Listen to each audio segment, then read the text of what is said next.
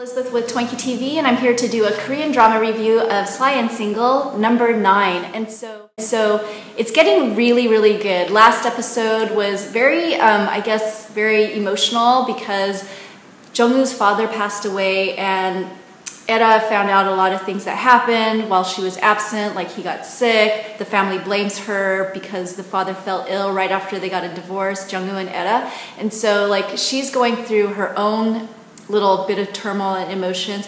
But during that time, I think Jung-woo really realized that Eda really cared for his family, and so, you know, he was kind of softening his heart towards her, which I thought was really cool.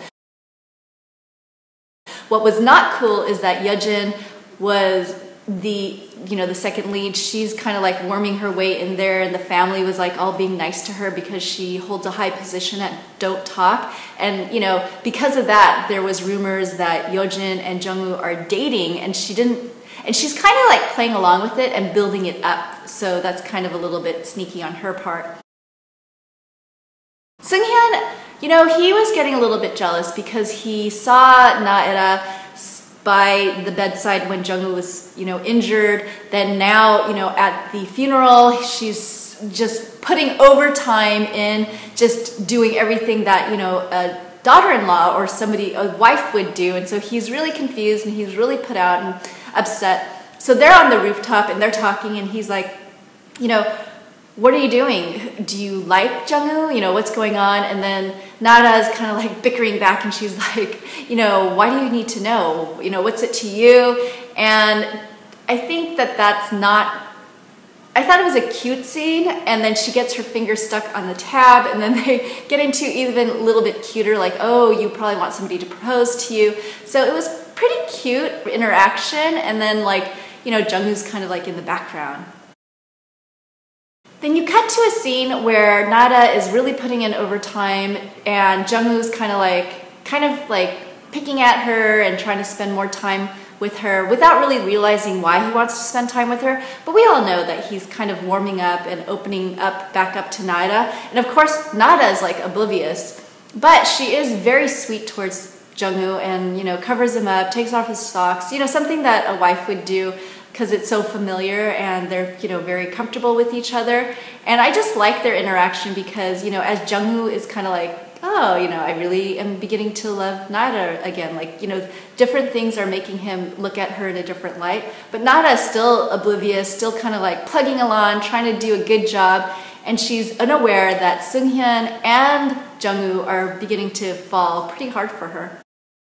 So Nada, she looks up and she sees Jung-woo going up in the elevator, and she sees the tie that she and Yejin picked out for him, and she knows that from the conversation that Yejin had, that Yejin is after Jung-woo now. And so she's up on the rooftop, and she's like all like put out, and she's making a frowny face. And then Seung-hyun, he's so cute, he like sneaks in, he's got the frowny face too, which is hilarious. It's super cute. So, you know, I think like it makes for a very cute interaction. And Seung-hyun is there for Nada, but, you know, I think she's thinking more of a really junior colleague and just kind of a friend, when he's just like so excited to be around her and wanting to be with her.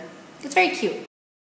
So because Jung-woo saw Nada and Seung-hyun just in so many different, you know, times being together, giggling, laughing, having a good old time, and then just on the roof where they were like, you know, just kind of interacting, Jung-woo asked Secretary Gil, you know, like a what-if scenario, but basically Secretary Gil just cuts to the chase, and he's like, oh, well, are you talking about if Seung-hyun started going after Nada, your ex-wife? And then that would be odd because you, Jung-woo, you know, helped to take care of Seung-hyun since he was little. And so Jung-woo's like, no, that's not the case, but Secretary Gil knows what's up, and he's just a smarty pants. Then you cut to another scene where it's Seung-hyun asking Nada on a date, and Nada's like, I don't really want to, but then Seung-hyun makes up an excuse. It's like, well, it's not really a date, I just want to, you know, buy you dinner with my first paycheck, which is really cute. And so, you know, he goes up to the piano, and at first he's playing like chopsticks or something, and then she's like super mortified and embarrassed, but then he like breaks out and like plays like some kind of wonderful song. And then Jung-woo's kind of like stalking and spying on them, and it's like, dude, you gotta lay off the stalking thing. So then you cut to a scene where they're doing a company outing, trying to get ideas, doing some bonding, that kind of stuff. And it's a hilarious scene of tag where Jung-woo gets super jealous of Naira and Seung-hyun, kind of like, you know, falling into each other's arms and laughing and giggling. So he wants to participate. But the thing is like Naira is so like she's so competitive and she just really wants to get Jung-woo that it's not the cutesy scene that he saw with Seung-hyun, but it is like she's out to get him and give him a smackdown. And so it was really a fun, cute, romantic comedy scene. Like, I think that these are the reasons why people watch rom-coms.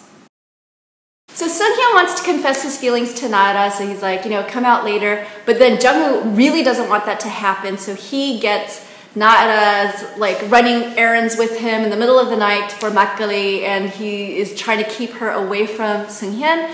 And he's pretty successful because he's, you know, faking like a leg hurt, you know, his neck hurts and all of that other stuff. But really, he's just trying to keep her away from Seung-hyun. And he's almost successful, except Yeojin kind of steps in and she's like trying to make small talk with Jung-woo. And at that time, Naira was coming back with food, but then she sees them interacting. She's like, oh, I don't want to interrupt. So she takes off. And then Jung-woo, he's like, makes a really kind of not so smooth escape from Yeojin. It was just like, I actually felt bad for Yeojin because he could have been a little bit kinder with his exit. But then as everything kind of comes around, Jung-woo actually sees Seung-hyun and Naira in like a back hug embrace. This is after Seung-hyun like confesses that how much he likes her and, you know, all of this other stuff, and she's kind of like not really into it because she's like thinking of him as a junior colleague. But then Jung-woo's like sees, and then Naira sees Jung-woo seeing her, and so it was a very awkward, tense moment, and that's how we leave off with episode number 9. So thanks so much for watching. Let me know what your thoughts are on Sly and Single number 9, and I will talk to you soon. Thanks, bye.